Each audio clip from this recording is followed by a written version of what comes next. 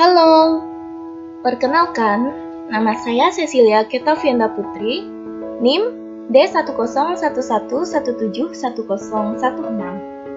Saya dari Prodi Teknik Sipil, jurusan Teknik Sipil, Fakultas Teknik, Universitas Tanjung Pura, Pontianak. Saya akan menjelaskan sedikit tentang Project Time Management, atau biasa disebut dengan manajemen waktu proyek. Ini merupakan tugas dari mata kuliah Perencanaan dan Pelaksanaan Proyek Konstruksi Teknik Sipil. Apa itu Project Time Management? Jadi, Project Time Management yaitu proses-proses yang perlu dilakukan selama proyek berlangsung yang berkaitan dengan penjaminan agar proyek dapat berjalan tepat waktu. Tujuan dari Project Time Management itu sendiri yaitu untuk memastikan agar proyek dapat selesai tepat pada waktunya. Tahapan dari Project Time Management. Tahapan-tahapan ini dibagi menjadi 7 bagian. Yang pertama, Plan Schedule Management. Yang kedua, Define Activities. Yang ketiga, Sequence Activities. Yang keempat, Estimate Activity Result. Yang kelima, Estimate Activity Duration. Yang keenam, Develop Schedule. Dan yang ketujuh, Control Schedule. Langsung saja kita ke tahap dari Project Time Management yang pertama, yaitu Plan Schedule Management, atau biasa disebut dengan manajemen rencana jadwal. Apa itu Plan Schedule Management? Jadi, Plan Schedule Management itu merupakan proses perencanaan, pengembangan, pengelolaan, pelaksanaan, dan pengendalian jadwal proyek. Tujuan dari Plan Schedule Management yaitu memberikan arahan tentang jadwal proyek yang akan dikelola. Selanjutnya, tahap Project Time Management yang kedua yaitu Define Activities, biasa juga disebut dengan identifikasi kegiatan. Define Activities yaitu proses identifikasi rincian kegiatan proyek yang berguna untuk menghasilkan hasil proyek. Define Activities disebut juga dengan Work Breakdown Structure atau WBS, yang di dalam WBS itu membahas tentang komponen-komponen yang harus dibangun. Selanjutnya, tahap Project Time Management yang ketiga yaitu Sequence Activities, biasa juga disebut dengan penyusunan urutan kegiatan. Apa itu Sequence Activities? Jadi, Sequence Activities itu yaitu mengurutkan kegiatan, dan dalam setiap kegiatan tersebut harus memiliki hubungan satu sama lain. Teknik dari Sequence Activities dibagi menjadi 3. Yang pertama, Precedence Diagramming Method atau PDM. Yang kedua, Dependency Determination. Yang ketiga, Leads and Lags. Berikut adalah penjelasannya. Yang pertama adalah Precedence Diagramming Method atau PDM. Dalam PDM terdapat 4 aspek yang memiliki hubungan satu sama lain, yaitu 1. Finish to Start atau FS. Artinya, suatu kegiatan baru bisa dimulai jika kegiatan sebelumnya sudah selesai. Contohnya, yaitu pemasangan keramik baru bisa dilakukan kalau pemadatan lantai sudah selesai lebih dahulu. Yang kedua, Finish to Finish atau FF. Artinya, suatu kegiatan harus selesai bersamaan dengan kegiatan yang lainnya.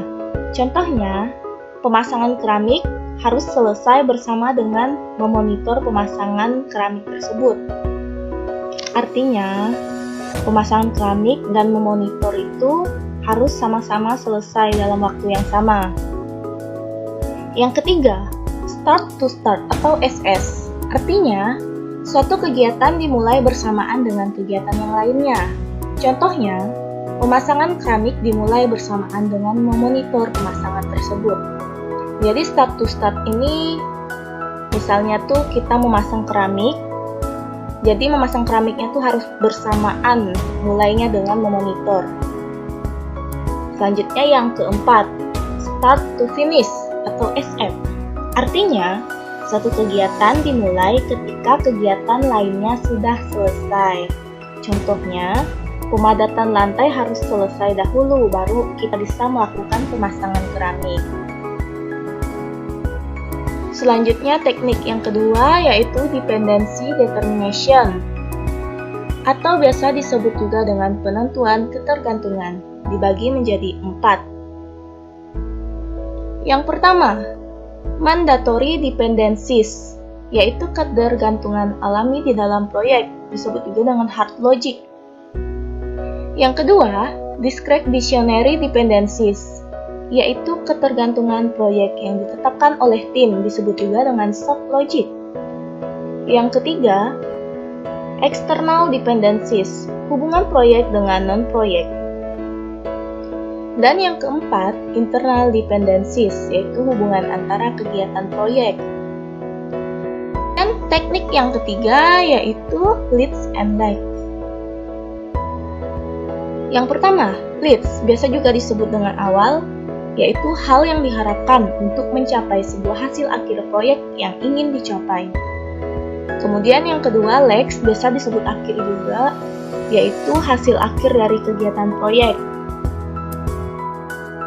Jadi selanjutnya tahap project time management yang keempat adalah estimate activity resource, atau biasa disebut juga dengan estimasi sumber daya.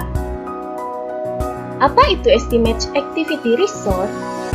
Estimate activity resource yaitu proses menentukan jenis dan jumlah material, orang, peralatan, dan persediaan yang diperlukan untuk melakukan setiap kegiatan proyek. Tujuan dari estimate activity resource yaitu untuk menghindari masalah proyek seperti kekurangan sumber daya. Jadi nanti pas udah melakukan proyek tuh nggak ada lagi istilah-istilah kekurangan sumber-sumber daya karena udah ditentukan di sebelumnya. Selanjutnya yang harus diperhatikan dalam estimate activity resource ada 4. Yang pertama, kebutuhan sumber daya. Yang kedua, penjadwalan sumber daya. Yang tiga, proses organisasi atau sejarah dari proyek sebelumnya. Dan yang keempat, faktor lingkungan perusahaan. Selanjutnya, tahap project time management yang kelima adalah estimate activity duration, atau biasa disebut dengan estimasi waktu kegiatan. Estimate activity duration yaitu proses memperkirakan jumlah waktu yang diperlukan untuk menyelesaikan suatu kegiatan proyek. Yang harus dipertimbangkan dalam tahap ini dibagi menjadi 3. Yang pertama, kemungkinan besar dirumuskan dengan M. Yang kedua, rasa optimis dirumuskan dengan O.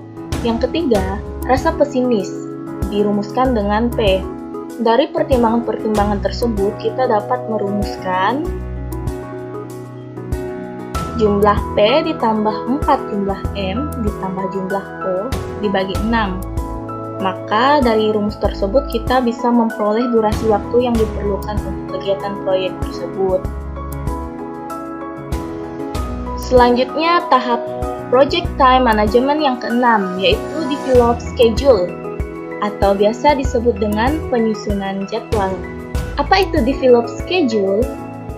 Develop schedule adalah menentukan kegiatan proyek dari awal sampai akhir. Tujuan dari develop schedule sendiri yaitu supaya semua kegiatan proyek dapat terjadwal dengan baik. Tahapan-tahapan dari develop schedule yaitu ada input, tools and technique quiz, dan output. Berikut adalah penjelasan dari tahap-tahap tersebut. Yang pertama, input. Input yaitu data yang diperlukan dan keadaan yang harus diperhatikan. Input dibagi juga menjadi beberapa bagian yaitu jadwal rencana manajemen atau schedule management plan, daftar kegiatan atau activities list, diagram jadwal atau project schedule network diagram, sumber daya atau activity resource requirement, perkiraan waktu proyek atau resource calendar, lingkungan proyek atau project scope statement, kemungkinan risiko yang akan terjadi atau risk register, dan proses keorganisasian, organizational proses aset. Selanjutnya tools and technique quiz atau alat dan teknik. Dibagi menjadi yang pertama, critical path method, disebut juga dengan metode jalur kritis, yaitu metode yang hanya menggunakan satu faktor kegiatan saja. Yang kedua, critical chain method, disebut juga metode rantai kritis, yaitu metode yang menggunakan banyak faktor dari kegiatan proyek. Yang ketiga, resource optimization, yaitu optimasi sumber daya. Yang keempat, modeling teknik quiz, yaitu teknik pemodelan proyek. Yang kelima, schedule analysis and tools, yaitu jadwal analisa dan penempatan alat. Dan teknik yang yaitu output. Output disebut juga dengan data yang dihasilkan dalam kegiatan proyek. Dibagi juga menjadi beberapa bagian, yaitu yang pertama, schedule data atau jadwal data. Yang kedua, project schedule atau jadwal proyek. Yang ketiga, project document update atau pembaruan dokumen proyek. Yang keempat, project management plan update, disebut juga pembaruan rencana manajemen proyek. Yang kelima, schedule baseline atau garis besar jadwal proyek. Dan yang keenam, project calendar atau jadwal waktu kegiatan proyek. Selanjutnya yaitu tahap project time management yang ketujuh, yaitu control schedule atau biasa disebut dengan pengendalian jadwal. Apa itu control schedule? Control schedule yaitu kegiatan pemantauan status kegiatan proyek. Tujuan dari control schedule sendiri yaitu untuk menjaga supaya kegiatan proyek dapat selesai sesuai jadwal yang sudah ditentukan. Jadi itu tahap-tahap dari project time management, dan dari semua yang sudah dibahas tersebut kita memperoleh kesimpulan.